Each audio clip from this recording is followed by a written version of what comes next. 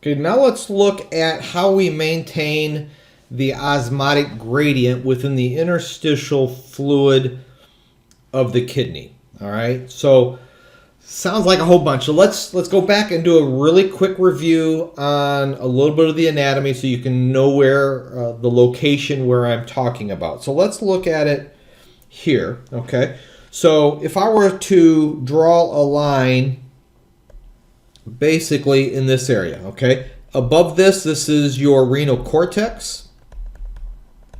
Below this, you should already be thinking about this. This is the medulla, okay?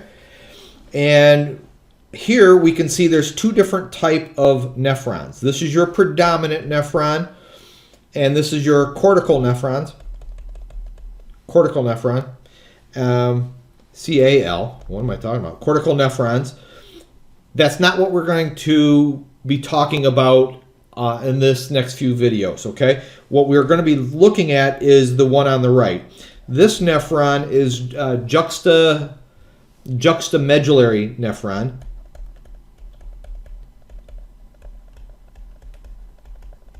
That's a juxtamedullary nephron. Now you can see the proximal, distal convoluted tubules, renal corpuscle. Those all are located within the cortex, and the nephron loop dips down deep into the medulla. Okay, the purple stuff here, that's peritubular capillaries, and the purple here, that's the vasa recta. Okay, so we're going to be talking about the vasa recta a little bit later on this one. There's going to be actually three parts that we're going to talk about when we're talking about the osmotic gradient. So what do I mean by the osmotic gradient? So let me do that in purple.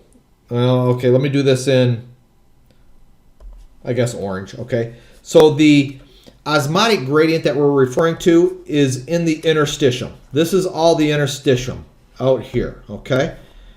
This is where interstitial fluid is located. So when we're talking about the osmotic gradient, we're talking about we want to maintain the osmotic pressure, the osmotic gradient in the interstitial spaces, the interstitial fluid, okay? So that's what we're talking. We're going to do a close-up view of the nephron loop on what's happening here.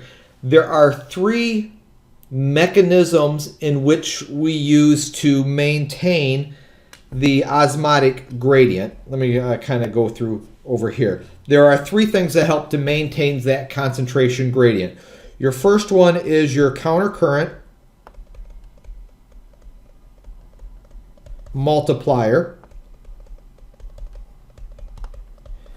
Second one is countercurrent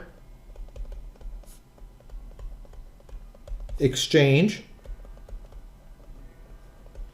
And the third one is urea recycling.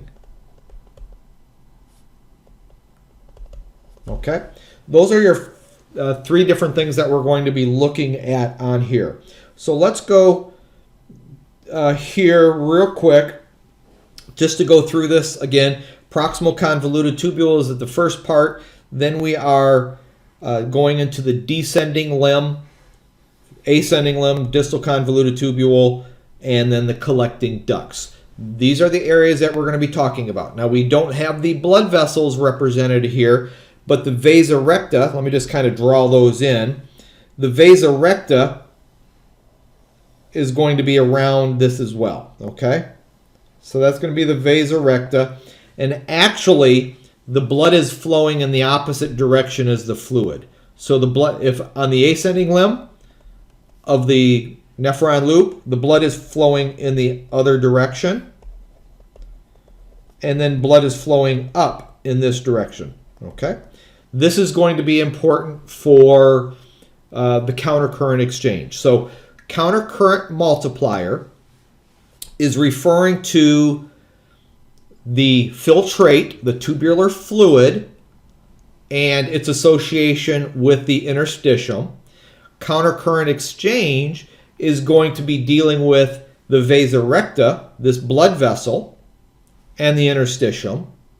And the urea recycling is going to be associated with the collecting duct, interstitium, and the ascending limb. So I'm going to do those. I tried this video once and it ended up being over 30 minutes. So I'm going back and making individual videos so it's a little bit easier to go through. Okay, so those are the three things that we're going to look at. First one is going to be the countercurrent multiplier.